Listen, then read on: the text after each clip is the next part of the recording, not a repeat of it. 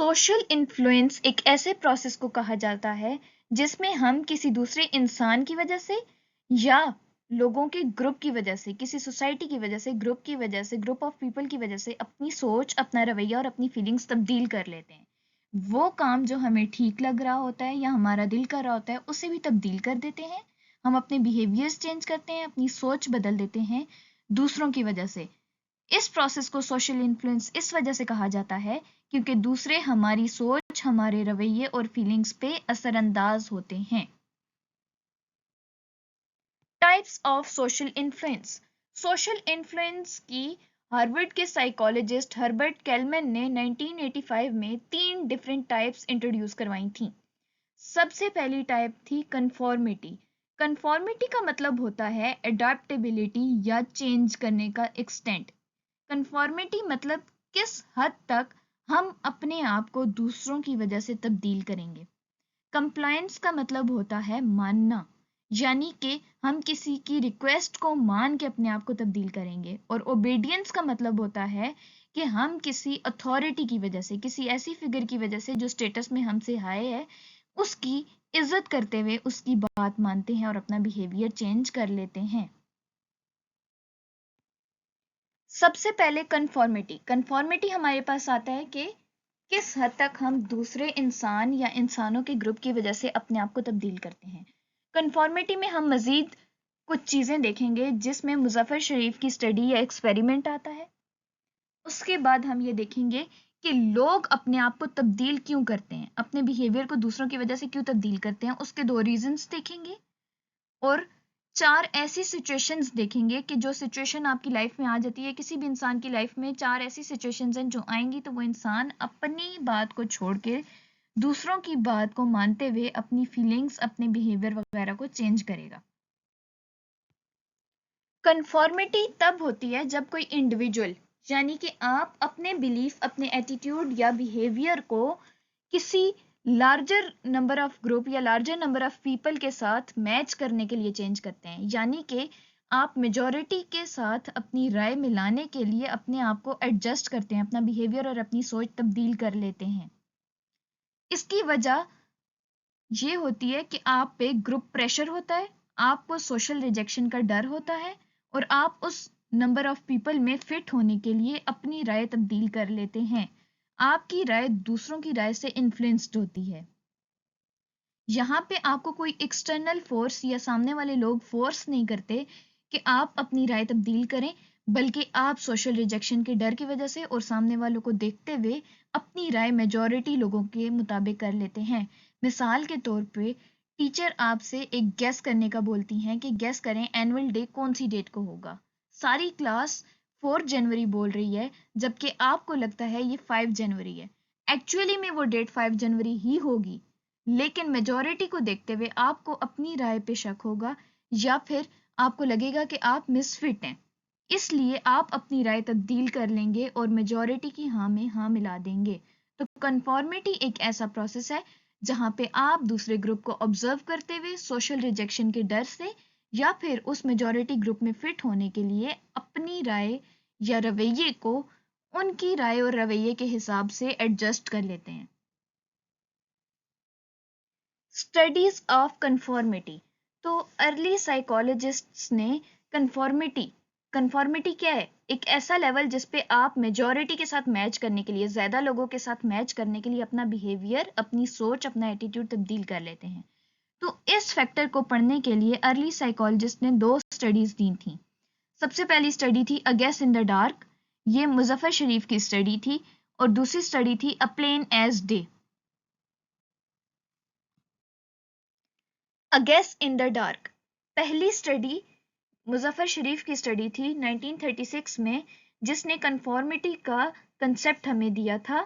मुजफ्फर शरीफ ने स्टडी की थी, अपनी क्लासिक स्टडी स्टार्ट की थी 1936 में, जिसमें उसने ऑटोकाइनेटिक इफेक्ट को डिस्कवर करने की या स्टडी करने की कोशिश की थी।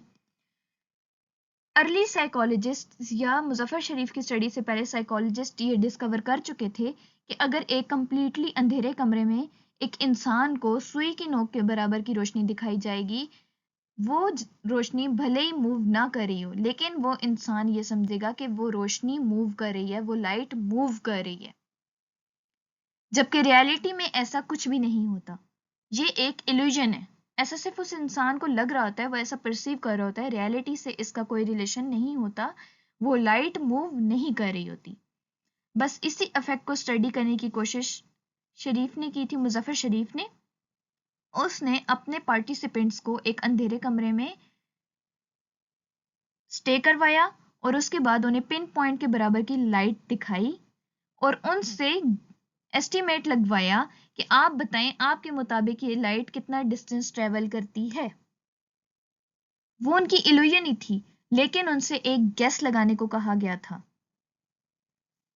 इस इफेक्ट को ऑटोकाइनेटिक इफेक्ट कहते हैं, जिसमें एक अंधेरे कमरे में रोशनी मूव नहीं कर रही होती, लेकिन पार्टिसिपेंट्स को ऐसा लग रहा होता है या देखने वाले की इल्यूजन होती है कि वो लाइट मूव कर रही है। इस इफेक्ट को ऑटोकाइनेटिक इफेक्ट कहा जाता है। मुजफ्फर शरीफ की स्टडी का प्रोसीजर क्या था, ये एक्सपेरिमेंट क्या था? सबसे पहले उन्होंने एक अंधेरे कमरे में बारी बारी एक एक पार्टिसिपेंट्स को, लेट्स सपोज उनके 20 पार्टिसिपेंट्स थे, उन सारे पार्टिसिपेंट्स को बारी बारी अंधेरे कमरे में एक पिन पॉइंट के बराबर की रोशनी दिखाई, लाइट दिखाई, और उनसे एस्टिमेट लगाने को यानी कि अंदाजा लगाने को बोला कि आप बताएं ये लाइट कितना मूव करती है। उसके बाद तमाम पार्टिसिपेंट्स के एस्टिमेट उन्होंने नोट कर लिए थे और उन पार्टिसिपेंट्स को ग्रुप्स की फॉर्म में डिवाइड कर दिया। पहले अकेले अकेले पार्टिसिपेंट से अंदाजा या एस्टिमेट लगाने को कहा था, उसके बाद उन पार्टिसिपेंट्स को ग्रुप्स की फॉर्म में मर्ज कर दिया, 2 ग्रुप्स बना दिए और जो ग्रुप्स उन्होंने बनाए थे उनमें मोस्ट प्रोबेबली करीब डिजिट्स बताने वाले लोगों को इकट्ठे रखा गया। मिसाल के तौर पे जिन्होंने फर्स्ट 5 डिजिट्स बताए थे जो ऑर्डर में आते हैं, उन्हें एक ग्रुप में रख दिया गया और जो डिजिट्स अगले ग्रुप के करीब करीब थे उन सब लोगों को एक साथ रख दिया था। और अपनी इन स्टडीज से उन्होंने ये नोट किया था कि वो सब जब ग्रुप के फॉर्म में उन्हें कहा गया कि आप मिलजुल के मुशावरत करके मशवरा करके कोई एक सजेशन दें कि एस्टिमेटेडली लाइट ने कितना डिस्टेंस ट्रेवल किया है, तो उन लोगों ने एक दूसरे की राय के मुताबिक एक सिंगल फिगर बताई थी। It is called as social influence या कंफॉर्मिटी, क्योंकि हर इंसान ने ग्रुप में मौजूद लोगों के साथ अपनी राय को एडजस्ट किया था ताकि वो मिसफिट ना हो या ऑड फील ना कर सके। So let's take example.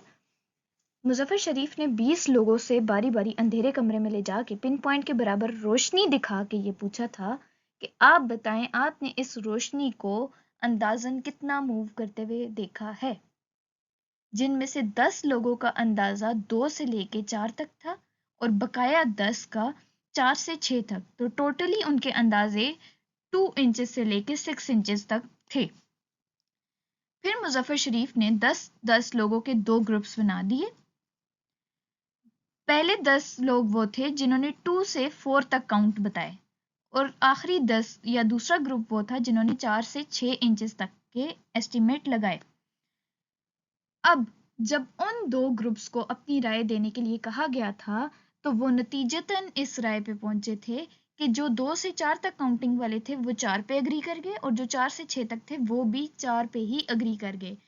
तो नतीजा क्या आया कि सोशली जब आप में मेजॉरिटी लोग कोई चीज बोल रहे होते हैं तो आप अपने आप को परफेक्ट फिट साबित करने के लिए उनकी राय तस्लीम कर लेते हैं या अपनी राय उनकी राय के साथ मैच करते हैं या अपना बिहेवियर उनकी तरह तब्दील कर लेते हैं। Findings of Sharif study. तो मुजफ्फर शरीफ की स्टडी की फाइंडिंग्स हमें ये बताती हैं कि लोगों की जजमेंट्स दूसरों के फैसलों और दूसरों की जो राय है उससे अफेक्ट होते हैं, इन्फ्लुएंस होते हैं। किसी भी सोशल सेटिंग में जब मेजॉरिटी ऑफ ग्रुप, 2 या 2 से ज्यादा लोग, एक ग्रुप आपके मुकाबले में कोई राय दे रहे हैं, तो उन लोगों को सच समझते हुए, क्योंकि मेजॉरिटी इज अथॉरिटी, इस कंसेप्ट को सोचते हुए आप अपनी राय, अपना बिहेवियर उनके मुताबिक तब्दील कर लेते हैं। Why do people conform? यानी कि लोग दूसरे ग्रुप को, लार्जर नंबर ऑफ ग्रुप के साथ अपनी राय को क्यों तब्दील कर लेते हैं, अपनी सोचों को बड़े ग्रुप के लोगों के साथ क्यों तब्दील करते हैं? टू बी राइट, ताकि वो सही कहलाए जाए। टू बी लाइक्ड, या फिर उन्हें पसंद किया जाए, उन्हें रिजेक्शन का डर होता है। पहली सिचुएशन में या पहली वजह यह है कि लोग अपनी राय मेजॉरिटी के हिसाब से इसलिए चेंज करते हैं क्योंकि उन्हें गलत कहलाए जाने का डर होता है या वो सही कहलाए जाना पसंद करते हैं। और दूसरी वजह यह है कि उन्हें रिजेक्शन से डर लगता है और वो पसंदीदा कहलाए जाना चाहते हैं। इसीलिए वो मेजॉरिटी के हिसाब से अपने बिलीफ, अपना एटीट्यूड, अपनी थॉट्स, अपनी फीलिंग्स एडजस्ट करते हैं। Informational influence. कंफॉर्मिटी क्यों होती है? दो तरह के इन्फ्लुएंसेस से होती है, इंफॉर्मेशनल इन्फ्लुएंस से और नॉर्मेटिव इन्फ्लुएंस से। इंफॉर्मेशनल वजह यह है कंफॉर्मिटी की, यानी कि हम मेजॉरिटी के हिसाब से अपनी राय क्यों तब्दील करते हैं, ये है टू बी राइट, यानी कि हमें लग रहा होता है कि मेजॉरिटी सही बात कर रही है, उनके पास एक्यूरेट नॉलेज है और हम सही कहलाए जाने के लिए ही अपने डिसीजन को उनके डिसीजन के हिसाब से, अपने बिहेवियर को उनके बिहेवियर के हिसाब से एडजस्ट करते हैं। मिसाल के तौर पे एक क्लास में एक स्टूडेंट है, मैं हूं, मैंने टीचर को एक सवाल का जो जवाब दिया है, पूरी क्लास उसका उलट जवाब दे रही है। अपने सवाल को साइड पे रख के सही कहलाए जाने के लिए और ये समझ के कि मेजॉरिटी ठीक कह रही है, उनके पास एक्यूरेट नॉलेज होगा, मैं अपनी राय, अपना बिहेवियर चेंज करती हूँ। तो ये जो इन्फ्लुएंस है, that will be called as informational influence. और इस इन्फ्लुएंस की वजह से जब मैं अपना, इस रीजन की वजह से जब मैं अपना बिहेवियर चेंज करूंगी, that will be called as conformity. Normative influence. Normative influence का मतलब होता है टू बी लाइक्ड, यानी कि जब हमें रिजेक्शन का डर होता है और जब हम ये चाहते हैं कि हमें पसंद किया जाए या हम परफेक्टली फिट हो जाएं इस सिचुएशन में, तो हम अपना बिहेवियर चेंज कर लेते हैं। मिसाल के तौर पे कोई भी बंदा है, वो अपने आबा अजदाद का या अपने पेरेंट्स का इंट्रोड्यूस करवाया हुआ फैशन फॉलो नहीं करता, बल्कि अपने फ्रेंड्स का लेटेस्ट फैशन फॉलो करने की कोशिश करता है ताकि सबको वो पसंद आए। तो it is called as normative influence.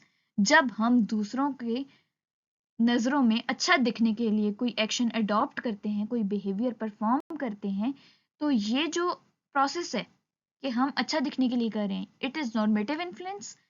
और इस रीजन की वजह से जब हम अपने बिहेवियर को, अपनी फीलिंग्स को, एटीट्यूड को, इमोशन को चेंज करते हैं, तो it will be called as conformity.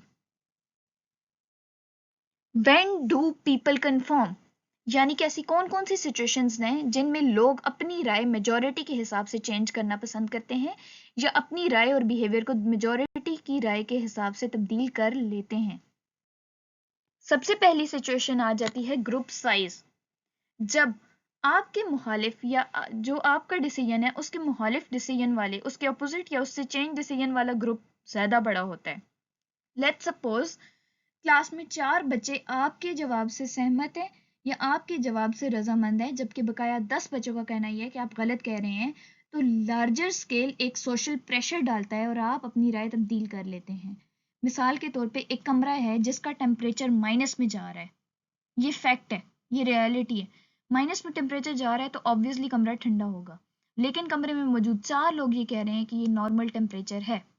जब एक आदमी को ठंड फील होगी तो वो उन लोगों के सोशल प्रेशर की वजह से उन्हीं के साथ अग्री करेंगे कि हाँ इस कमरे में ठंड नहीं है, रियलिटी के अपोजिट जाने के लिए तैयार है, लेकिन उस ग्रुप में मिसफिट नहीं होना चाहता। It is called as conformity. Group anonymity, ये डायरेक्टली प्रोपोर्शनल है कंफॉर्मिटी से। इसका मतलब ये है कि किसी भी ग्रुप में, चाहे स्टूडेंट्स का ग्रुप है, चाहे काम करने वालों का ग्रुप है, चाहे टीचर्स का ग्रुप है, जितने ज्यादा लोग आपस में इत्तेफाक रखेंगे, यूनिटी रखेंगे किसी बात पे, उतनी ही स्ट्रॉन्ग कंफॉर्मिटी होगी। यानी कि जिस राय पे ज्यादा लोगों का इत्तेफाक होगा उस बात पे इंसान अपने आप को एडजस्ट करना आसान समझता है। मिसाल के तौर पे किसी टीम में कोई डिसीजन बनाया जा रहा है, बॉस आपसे कोई सोल्यूशन मांग रहे हैं, तो ज्यादातर लोग जो सोल्यूशन प्रपोज करेंगे आप भी उसी ओपिनियन पे अग्री करोगे। कमिटमेंट टू द ग्रुप, जितनी स्ट्रांग आपके अपने ग्रुप के साथ कमिटमेंट होगी, आपके अपने इदारे के साथ, आप कॉलेज में पढ़ रहे हैं या कॉलेज में पढ़ा रहे हैं, जितने कमिटेड आप अपने काम के साथ होंगे, उतना ही आप अपने आप को उस काम के हिसाब से एडजस्ट करवा सकते हैं। जितने कमिटेड आप अपने मजहब के साथ होंगे, यानी कि मैं अपने मजहब के साथ इतनी ज्यादा कमिटेड हूँ कि मेरा मजहब जो कहता है मैं उसे फॉलो करती हूँ, आइदर वो मेरे पर्सनल व्यूज के खिलाफ ही क्यों नहीं है। अगर लेट्स सपोज फॉर एग्जांपल मेरा मजहब औरतों को पढ़ना अलाउ नहीं करता, मेरा पर्सनल व्यू ये है कि बीइंग अ गर्ल मुझे पढ़ना चाहिए, लेकिन मैं अपनी रिलीजन के साथ इतनी ज्यादा कमिटेड हूँ कि मैं अपनी पर्सनल राय को साइड पे रख के कंफर्मिटी ला रही हूँ, अपने बिहेवियर में खुद को कंफर्म कर रही हूँ, चेंज कर रही हूँ अपने रिलीजियस ग्रुप की बात मानने के लिए। लार्जर नंबर ऑफ पीपल जो हैं वो मेरे रिलीजियस ग्रुप में आते हैं उनकी बात मानने के लिए, या उनके हिसाब से अपना बिहेवियर चेंज करके मैं अपने पर्सनल पॉइंट ऑफ व्यू को इग्नोर करती हूँ। That is called as conformity. Desire for individualisation. Desire for individualisation कहा जाता है किसी इंसान की ख्वाहिश के उसके इंडिविजुअल गोल्स ग्रुप के मुकाबले में ज्यादा हों। यानी कि जब आप अपने ग्रुप के मुकाबले में अपनी ज़ात को तरजीह देते हैं, that's your desire for individualisation. जब आप में अपनी ज़ात से रिलेटेड जो गोल्स हैं या जो डिजायर्स हैं वो ज्यादा होंगी, तो आप मेजॉरिटी ऑफ ग्रुप के मुताबिक अपनी सोच को तब्दील करने की कोशिश नहीं करेंगे। आप कंफॉर्मिटी को रेजिस्ट करेंगे। जितनी ज्यादा डिजायर होगी इंडिविजुअलाइजेशन की, उतनी ही कम कंफॉर्मिटी की एबिलिटी होगी आपके अंदर।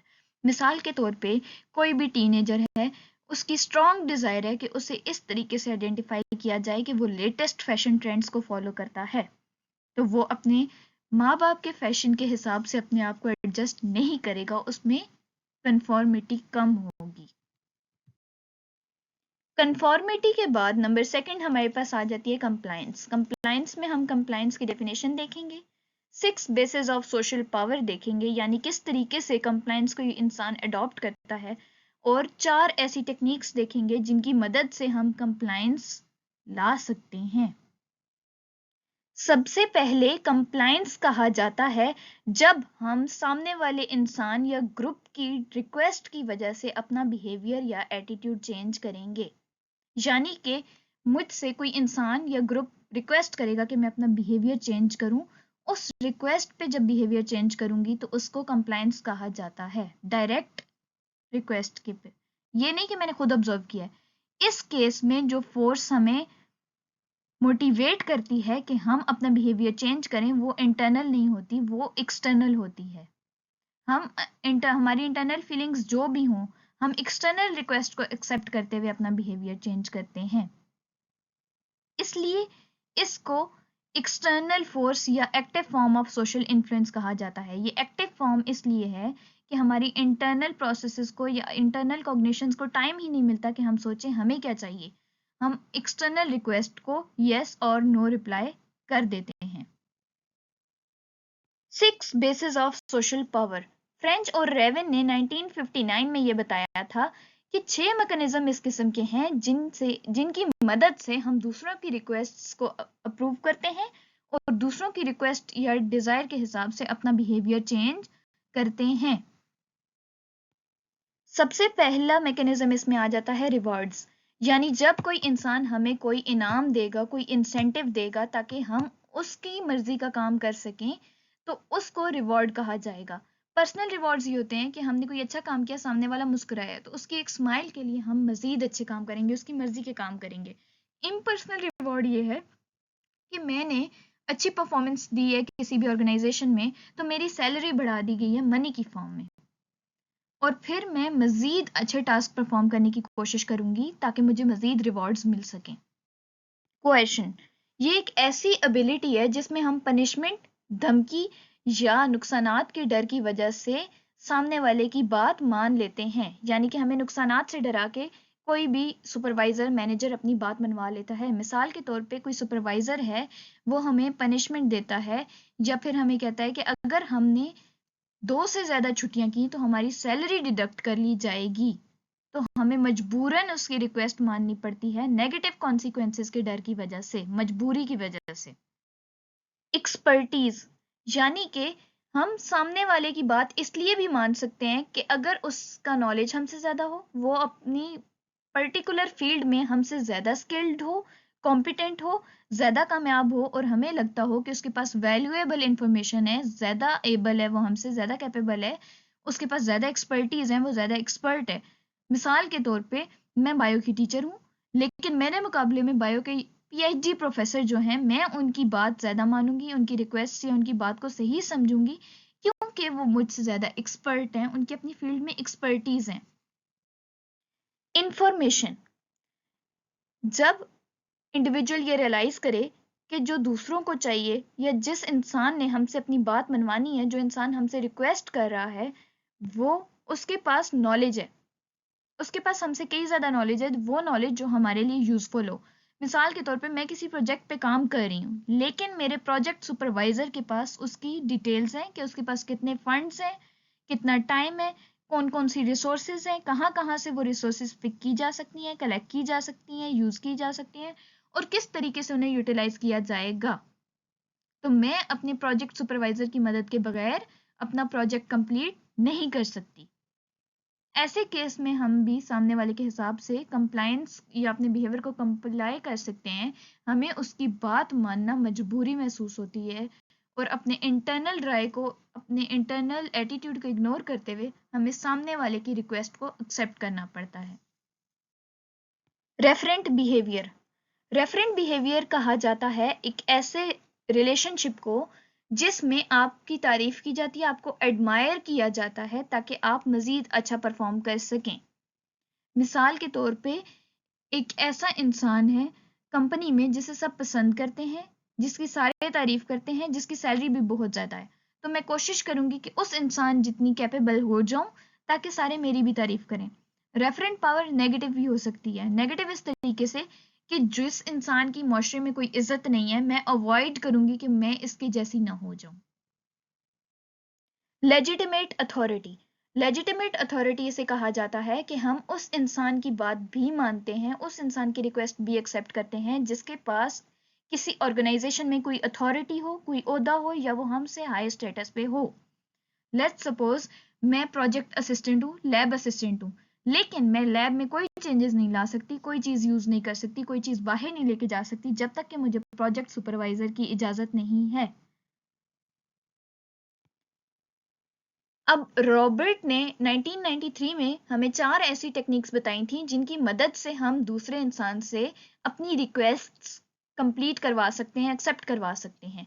वो 4 टेक्निक्स हैं: foot in the door, door in the face, low ball technique and that's not all technique. Foot in the door technique, foot in the door technique एक ऐसी टेक्निक है जिसमें सबसे पहले आप छोटी रिक्वेस्ट करते हैं सामने वाले से। जब वो आपकी छोटी रिक्वेस्ट एक्सेप्ट कर लेता है तो उसके बाद अगली रिक्वेस्ट बड़ी होती है और ये कंसिस्टेंसी के रूल पे काम करता है। इसका प्रिंसिपल होता है कंसिस्टेंट, यानी कि एक दफ़ा जब वो इंसान आपकी रिक्वेस्ट मान लेता है तो दूसरी दफ़ा भी उस इंसान को लगेगा कि आपकी रिक्वेस्ट मानने में उसका कोई नुकसान नहीं है। जैसे कि मैंने आज छुट्टी की है, सुबह मैं जाऊंगी अपनी क्लास में क्लास फेलो आयशा से एक दिन के नोट्स लूंगी, वो मुझे नोट्स दे देती है और नेक्स्ट टाइम मैं जब उसे रिटर्न करूंगी टाइम पे रिटर्न करूंगी, ओरिजिनल हालत में रिटर्न करूंगी, उन्हें कोई नुकसान नहीं पहुंचा हुआ होगा, उसके नोट्स बिल्कुल परफेक्ट होंगे। तो नेक्स्ट टाइम जब मैं आयशा से तमाम सब्जेक्ट्स के नोट्स मांगूंगी तो वो मुझे ज़रूर देगी। इसी तरीके से जब आप किसी सोशल ऑर्गेनाइजेशन में काम कर रहे हैं और आप चाहते हैं कि लोग किसी पिटिशन पे साइन करें कि हाँ, म्यूनसिपल कम्युनिटी को हमारे इलाके में डस्टबिन रखवाने चाहिए, और नेक्स्ट टाइम जब आप इस मामले में लॉयल होंगे, जब आप डस्टबिन रखवाने में कामयाब हो जाएंगे तो आप उनसे बड़ी रिक्वेस्ट भी कर सकते हैं, आप उन लोगों से डोनेशन भी मांग सकते हैं।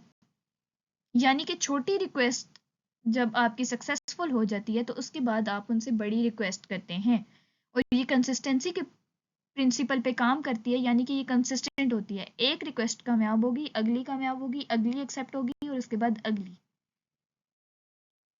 Door in the face technique, इस टेक्निक में सबसे पहले हम बड़ी रिक्वेस्ट करते हैं जो कि मुनासिब नहीं होती और रिजेक्ट हो जाती है। उसके बाद हम छोटी रिक्वेस्ट करेंगे जो कि हमें चाहिए, जो हमें रियलिटी में चाहिए, जो रीजनेबल है। और वो रिक्वेस्ट एक्सेप्ट हो जाती है। ये काम करती है रेसिप्रोसिटी के या रेसिप्रोकलिटी के प्रिंसिपल पे, यानी कि सामने वाला इंसान ये सोचता है मैं एक दफा ना कर चुका हूँ, बार बार ना करना मुनासिब नहीं लगता। मिसाल के तौर पे आप दुकान पे जाते हैं, दुकानदार आपको कहता है 200 रुपए की शर्ट है, आप उसको कहते हैं नहीं 100 रुपए की, तो दुकानदार अपना रेट आपके लिए कम करता है और वो कहता है नहीं 150 रुपीज की। तो आप ये सोचते हैं कि हाँ हमारे लिए थोड़ा उसने कम किया है, थोड़ा हम एडजस्ट कर लें, हम 150 कर लें, लेकिन एग्जैक्टली में 150 पे ही उसको प्रॉफिट हो रहा होता है। तो आप ये सोचते हैं, आपके जहन में ये चीज आती है कि मैं पहले एक चीज रिजेक्ट कर चुका हूं, मुझे दोबारा ये रिक्वेस्ट रिजेक्ट नहीं करनी चाहिए।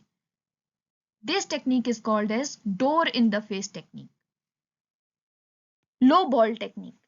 लो बॉल टेक्निक उस टेक्निक को कहा जाता है जिसमें आप पहले एक अग्रीमेंट कर लेते हैं, कॉन्ट्रैक्ट कर लेते हैं, उसके बाद आप उसमें चेंजेस करते हैं, और सामने वाला क्योंकि उसने आपसे कमिटमेंट की होती है, जुबान दी होती है, इसलिए वो इस अग्रीमेंट को चेंज नहीं कर सकता। मिसाल के तौर पे गाड़ी बेचने वाला 2 लाख की गाड़ी बेचने की डील कर देता है, आप गाड़ी पसंद करके घर आ जाते हैं, आपने 3 दिन के बाद फाइनल पेमेंट करनी है, और अचानक से वो डीलर जो आपकी गाड़ी आप जो गाड़ी आपको बिकवा रहा है या आपको गाड़ी लेके दे रहा है, वो आपको कॉल करता है और कहता है कि नहीं, गाड़ी का मालिक 50,000 एक्स्ट्रा मांग रहा है। अब आप गाड़ी पसंद कर चुके हैं, गाड़ी आपके पास आ चुकी है, आपने 3 दिन के बाद पेमेंट करनी है, तो मजबूरन आपको वो एक्स्ट्रा 50,000 भी पे करने पड़ते हैं। That's not all technique. ये ऐसी टेक्निक है जिसमें अगर हमें लग रहा है कि हमारी डील कैंसिल होने वाली है, तो हम उसमें कुछ एक्स्ट्रा बोनसेस या कुछ एक्स्ट्रा इंसेंटिव्स डाल देंगे, कुछ ऐसी बातें डाल देंगे जो सामने वाले को पसंद आए और वो डील डन कर दे। मिसाल के तौर पे मैं एक फ़ोन बेच रही हूँ, लेकिन क्लाइंट को वो फ़ोन पसंद नहीं आ रहा। जब मैं देखूंगी क्लाइंट के एक्सप्रेशन ऐसे हैं कि उसे वो फ़ोन पसंद नहीं आ रहा, तो मैं फ़ोन की एक्स्ट्रा फीचर्स दिखाऊंगी कि इसमें तो मेमोरी ज़्यादा है बाकी फ़ोन्स के मुकाबले में, इसका तो कैमरा अच्छा है, ताकि मैं उसे कन्विंस कर सकूं वो मेरी चीज़ खरीदे। और इस टेक्निक को कहा जाता है डेट्स नॉट ऑल टेक्निक। इन सब टेक्निक्स की मदद से हम सामने वाले का बिहेवियर और सोच अपनी मर्जी के हिसाब से चेंज कर लेते हैं और अपनी मर्जी का काम करवा सकते हैं। थर्ड चीज या थर्ड फैक्टर या थर्ड टाइप सोशल इन्फ्लुएंस की आती है, जिसकी वजह से दूसरों की वजह से हम अपना बिहेवियर चेंज करते हैं, उसको कहा जाता है ओबीडियंस यानी फर्मा बरदारी। इसमें 2 डिफरेंट स्टडीज आती हैं जो कि हम देखेंगे, या 2 डिफरेंट एक्सपेरिमेंट्स देखेंगे, जिनकी मदद से हम ये जानेंगे कि किस तरह फर्मा बरदारी में हम अपनी पर्सनल राय को या डिफरेंट चीज़ों को इग्नोर करते हुए जिसके फर्मा बरदार हम हैं, जिसकी हम रिस्पेक्ट करते हैं, उसकी बात सुन लेते हैं, उसके कमांड्स को फॉलो करते हैं। सबसे पहले व्हाट इज ओबीडियंस। ओबीडियंस कहा जाता है कि जब हम किसी के ऑर्डर्स या इंस्ट्रक्शंस को फॉलो करते हुए, किसी अथॉरिटी की फिगर के इंस्ट्रक्शंस फॉलो करते हुए, किसी ऐसी शख्सियत के हुक्म को फॉलो करते हैं जिसकी हम इज्जत करते हैं, जो स्टेटस में हमसे हाई है, जो कमांड्स देता है और जिसको सब सही समझते हैं, जिसकी सोशल वैल्यू हमसे ज्यादा है, इसको कहा जाता है ओबीडियंस। यानी कि हम खुद से स्टेटस में, एज में या तजुर्बे में ज्यादा इंसान की इज्जत करते हुए उसकी कमांड्स को फॉलो करते हैं, उसकी इंस्ट्रक्शंस को फॉलो करते हैं, that will be called as obedience. Obedience में इचमैन डिफेंस स्टडी आ जाती है, जिसमें इचमैन, एडोल्फ इचमैन कौन था?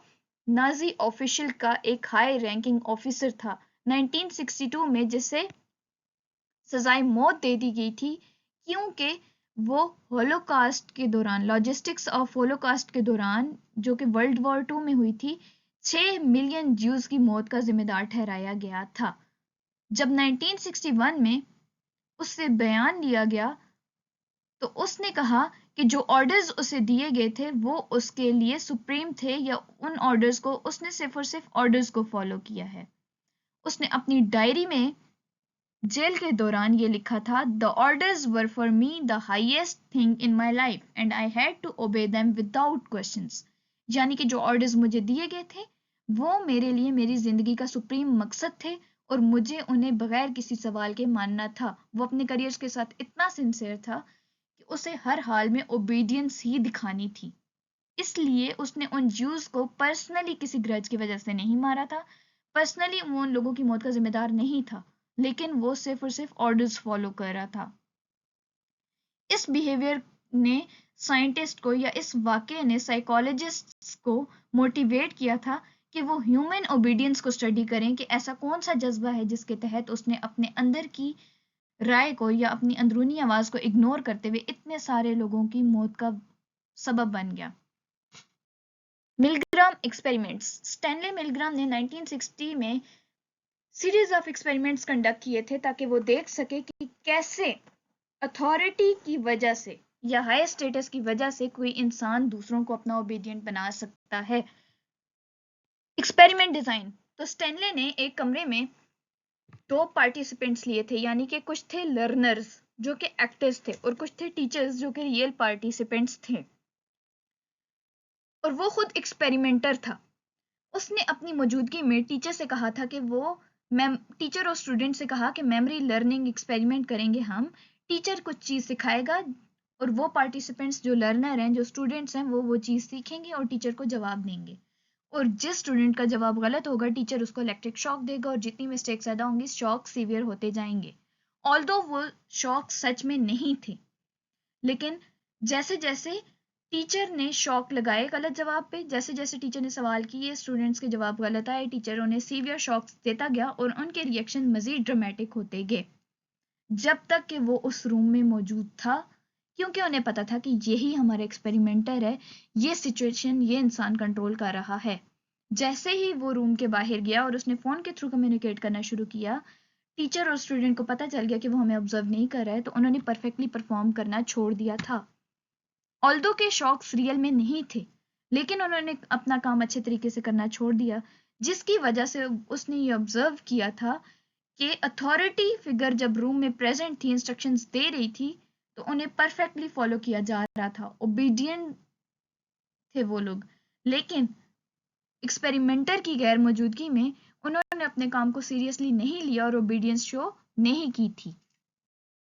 की फाइंडिंग्स हमारे पास आ जाती हैं। की फाइंडिंग्स यही थी कि मिलग्राम ने यह देखा कि अथॉरिटी फिगर की मौजूदगी में ओबीडियंस का लेवल ज्यादा होता है as compare to absence of authoritative figure, और इस फीलिंग को ओबीडियंस कहा जाता है, जिसकी वजह से हम अथॉरिटेटिव फिगर की बातें मानते हैं और सिचुएशन के हिसाब से अपने आप को ढाल लेते हैं।